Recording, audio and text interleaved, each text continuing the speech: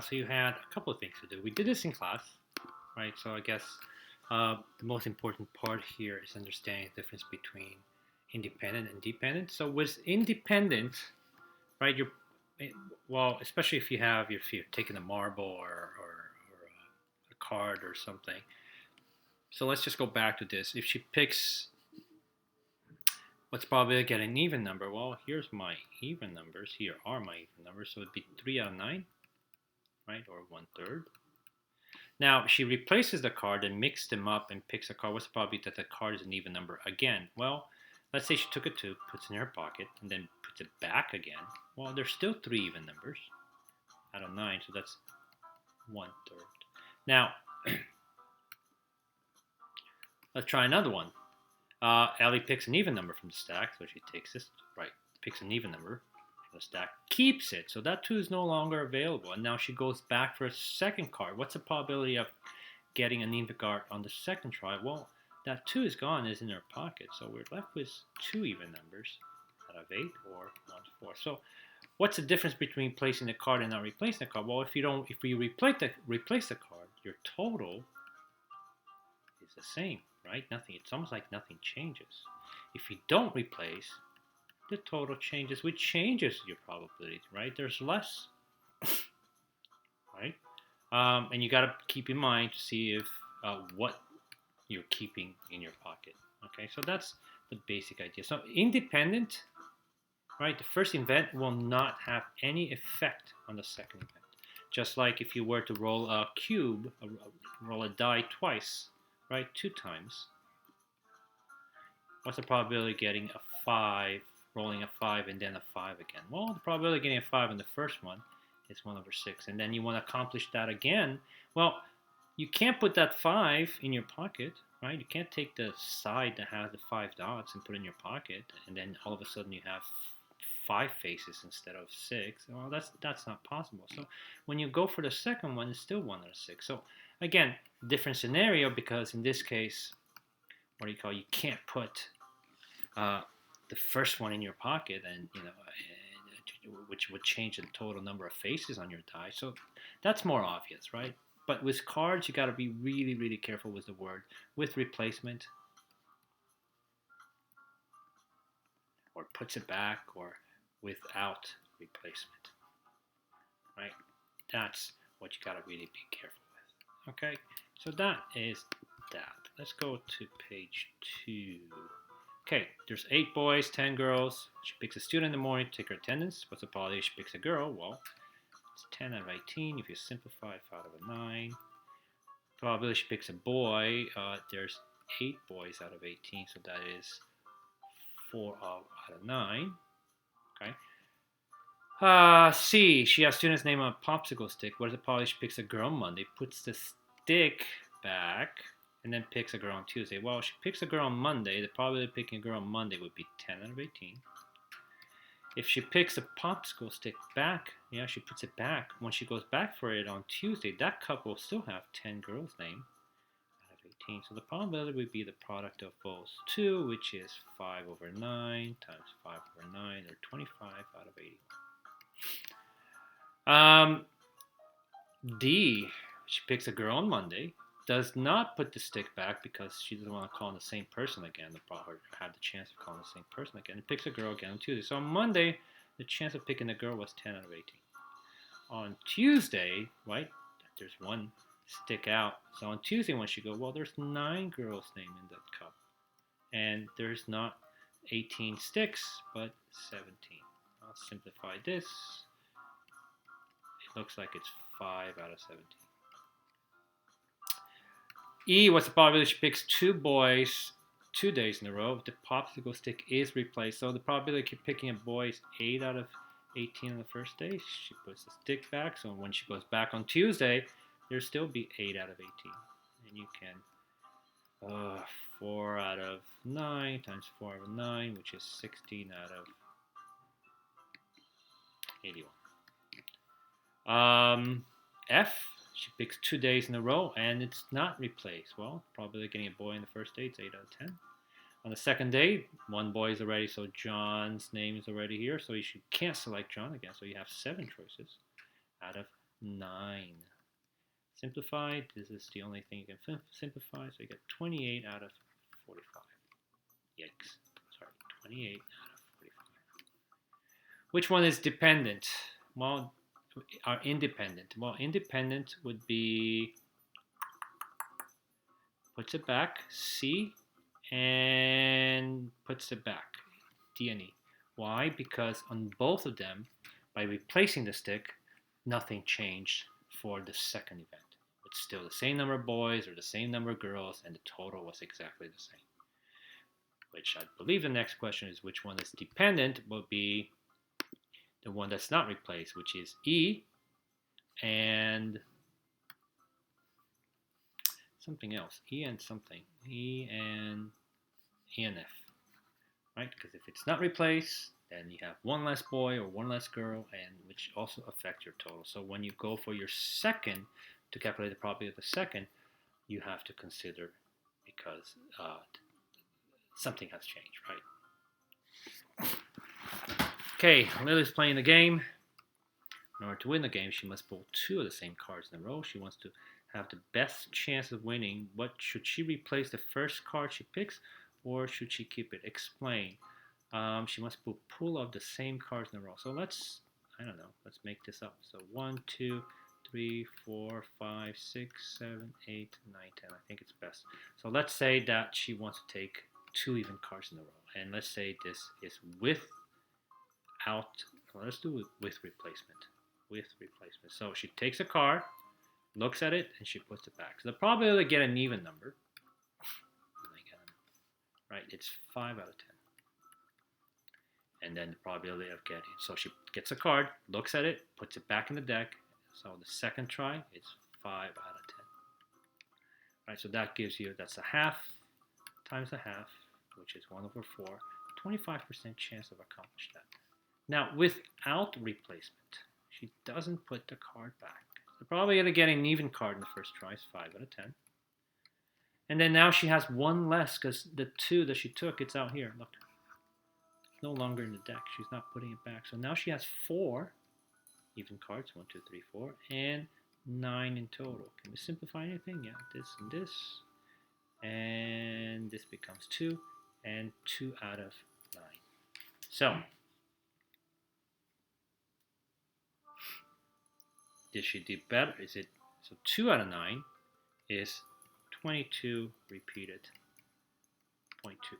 So which one do you think? Is it better to keep it, or is it better to put it back? Obviously, with replacements. So you could have used an example. Okay. 7, Luca has 7 blue, 9 purple, blah, blah, blah, blah, blah. Let me get the total, because the total is always necessary. 7 and 9, 16. 16 and 5 is 16 and 4 is 20, so we have 25 in total. He selects 1 Skittle, eats it, then randomly selects the second. What's the probability the first was yellow and the second was green? The probability of yellow on the first one is 5 out of 25. Right, so he eats 1. You don't have 5 yellow Skittles anymore, you have 4. Goes back in the bag, and he wants to select the green. Well, the number of green didn't change, but the total did, because if you add them up, you now have 24. That's the expression you would use. So this is 1 out of 4. Sorry, 1 out of 5. This looks like 1 out of 6. Excuse me, 1 out of 30. I think your handout on this particular attachment is just those 2 pages. I don't think you had the other 2. So I am going to go to the other one. I don't think you need it. Well, you can. Okay, so if you have nothing better to do and you want to, you can. Now we have to determine if these are independent or dependent. So number 5, you roll a number cube twice. That would be, and I'll write I for independent. Right? The first roll will not affect anything on the second roll. Right? You're not going to have 1 less side or 1 less number. Nothing's going to happen. So this is independent. So 5, I'm just going to put an I. 6, you flip a coin twice. Same thing as number 5. Right? You flip the first coin. You get heads. You can't put the heads in your pocket, and now you have a one-sided coin, right? Just doesn't even make sense. So this is also independent. 7, you randomly draw a marble, blah, blah, blah. You put the marble back and then draw a second marble. So again, right, so you take a red, you look at it, and then you put it back. When you go for the second one, because you put it back, you still have 2 red marbles, and you still have the same total number of marbles, which is 7. So this is also independent. Number 8, you select a marble, and then you keep the marble. So the first one you selected was the probability of green. Well, the probability of green was 5 out of 7. You go back and you want to take a red. Well, there's 2 reds, but you don't have 5 greens. You have 4. So notice that there is a change. So something that you did in the first event affected the probability of the second. And what is it that you did? You kept the marble. So that did change things for you. Change the total. 9, you and your friend are in a drawing for 2 door prizes. You can only win 1 prize. First, your name is drawn. Second, your first name is drawn. So think about it. So let's say there's 30 entries and you're one of them. The probability of you winning was 1 out of 30. Let's say you did win. If you did win, your name is no longer in that hat. When your friend goes for the second draw, he has a 1 out of 29 chance, right? The chances got better, right, for him, because there's 1 less in total. So this is dependent. You're supposed to look at the tree diagram if you want to turn the paper sideways, because we didn't really do it that direction. You're probably used to seeing it from this angle. Turn the paper over if you want. But it's the same thing. So it says a spinner has 3 equal sections, 1, 2, and 3. You spin it twice, use the tree diagram to find the probability of the events. So on the first spin, I had a command 1, command 2, and command 3, and that's what they did, right? So if it helps your sample space. So first spin, you get a 1. You can get a 1 in the second. You get a 1 and a 2, 1 and 3. You can get a 2 and a 1, a 2 and a 2, a 2 and a 3. You can get a 3 and a 1, a 3 and a 2, and a 3 and a 3. What's the probability to find spinning a 1 and then a 3? Well, the probability of spinning a 1 and then a 3 is just this guy. So you have only a 1 out of 9 chance of accomplishing. There's 9 outcomes, and only one of them is 1 and then a 3. An odd number and then a 2. An odd number and then a 2. I'm gonna how do I get rid of this highlight here? Okay, so this was 1 out of 9. An odd number and then a 2. An odd number and a 2. Highlighted. It's this one and this one. So it's a 2 out of 9 chance. A 3 and an even number. 3 and an even number is just that one. So it's 1 out of 9. An even number and then an odd number. An even, so it's right, has to be the 2, and then an odd number. So this one and this one. So we have a 2 out of 9 chances of accomplishing that. And odd number on each spin. So you want odd and then followed by an odd. Odd and odd, odd and odd, odd and odd, odd and odd. So you had a 4 out of 9. 4 out of 9 chance of that. Okay. Second choice, would they have the sample space for us? And no, they don't. How mean of them. We can do that. You spin the spinner. Ooh. Well, so maybe, you know what? Let's do this. 1, 2, 3. Well, let's go straight for the sample space. I can get the 1 and heads, 1 and tails, 2 and heads, 2 and tails, 3 and heads, 3 and tails, 4 and heads, 4 and tails, 5 heads, 5 tails, 6 heads, 6 tails, 7 heads, 7 tails, 8 heads, 8 tails, 9 heads, 9 tails, 10 heads, 10 tails. Okay, so those are all my possible outcomes. Probability of flipping 4 and a heads. Well, right here. That's just a 1 out of 20. An even number and tails. Even and tails, even and tails, even and tails, even and tails, even and tails. 1, 2, 3, 4, 5 out of 20.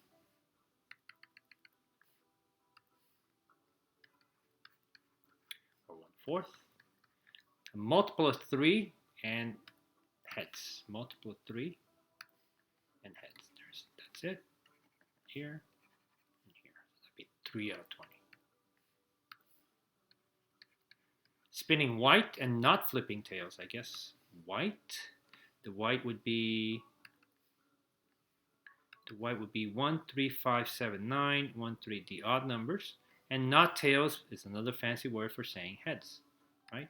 So 1 and heads, 3 and heads, 5 and heads, 7 and heads, 9. So those are the whites with the heads, right? Because not flipping tails is the same thing. So that is again 5 out of 20, or 1/4. It's easier when you have the sample space. Just saying, right? You have you randomly choose one of the letter tiles. Here's the. It says. I don't know what it says. Without replacing the first tile, you choose a second tile. Find the probability of choosing the first tile, then the second tile.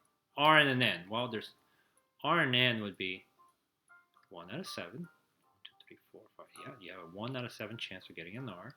Do you replace it? No, you don't replace. So this is gone. You go back for the N. You have 1 out of 6 or 1 out of 42. 20, an A and an L. Well, again, it's 1 out of 7, and then 1 out of 6, because you keep the A, so again, 1 out of 42. D and an O, well, the probability of getting a D is 1 out of 7, and then you keep the D, you're going to go back for the O, and the probability of getting a DO, it's 2 out of 6, or 1/3. It's at 1 out of 21. N, and then a yellow. Probability of getting an N is 1 out of 7, and the probability of getting a yellow, well, N is gone, so getting a yellow B, there's 3 yellows, 3 out of 6, or a half, 1 out of 14. O and not yellow, probability of getting an O, it's 2 out of 7. You keep one of them, you go back in, and you want to get something that's not yellow means green, right? So you have 1, 2, 3, 4. 4 out of 6 chance, or 2/3. Looks like 4 out of 20. Probability of not getting an O is anything but the O. So not O means this guy, this guy, this guy, this guy, and this. So you have 5 out of 7 of not picking an O times, all right, so let's say you took the D, it's put in your pocket, now you want to select a no, you have a 2 out of 6, or 1/3, 5 out of 21. If you randomly choose all 7 tiles in order, what's the probability that you will spell the name of a city in Florida? You mean Orlando? Okay. O-R-L. Let me write it down. What's the probability of choosing O in the first try? Oh, it'll be 2 out of 7, right? You have 2 chances out of 7 to pick the O. Well, let's say you did pick the O. You go back in the bag, you want to pick the R, you have 1 out of 6 chance of doing that. Let's say you took it. Now you go for the third try, you want to pick the L, you have now a 1 out of 5 chance of picking the L. Back in the bag, you want to get the A, you have 1 out of 4 chance to get the A. And then you want to get the N, we have 1 out of 3 chance to get the N. What is a D? You get D, you have 1 out of 2. And the O, obviously, you have 1 out of 1. So let's simplify this 2 and this 2, and then we can multiply 7 times 6 times 5 times 4 times 3. This is 20. This is 18. 20 times 18 is 360. And then times 7. 1 over 2,520 chance. Yikes. like not too big of a chance. Generally comes in 2 gold and 2 silver. You randomly choose 2 earrings. What's the probability that both are silver? Well, probability of getting a silver on the first try is 2 out of 4. You have your silver right here. You go back into the box. Probability of getting another silver is 1 out of 3 because 1 is outside and you have 1 less. So, simplify, you get 1 out of 6. Password. You forgot the last 2 digits of your password for a website. You choose a random digit or number. What is the probability that your choice is correct? So, well, you have a 1. Well, it doesn't say if it can be repeated or not.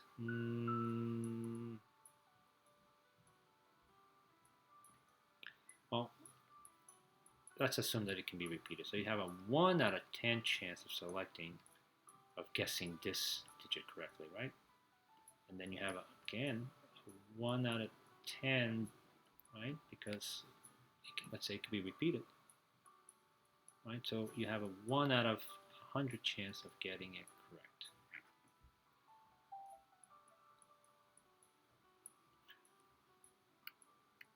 Suppose you remember both digits are even numbers. Okay, how does this change the probability that your choice is correct? Well, again, I don't know if it can be repeated or not, but now you know that this is even and this is even. Both digits are even. So here, 0, 2, 4, 6, 8, you have 5 out of 10 chance of getting it corrected, and 5 out of 10, which is both a half and a half, you have a 1/4 chance of getting those 2 correct, which is not bad. 25%, right?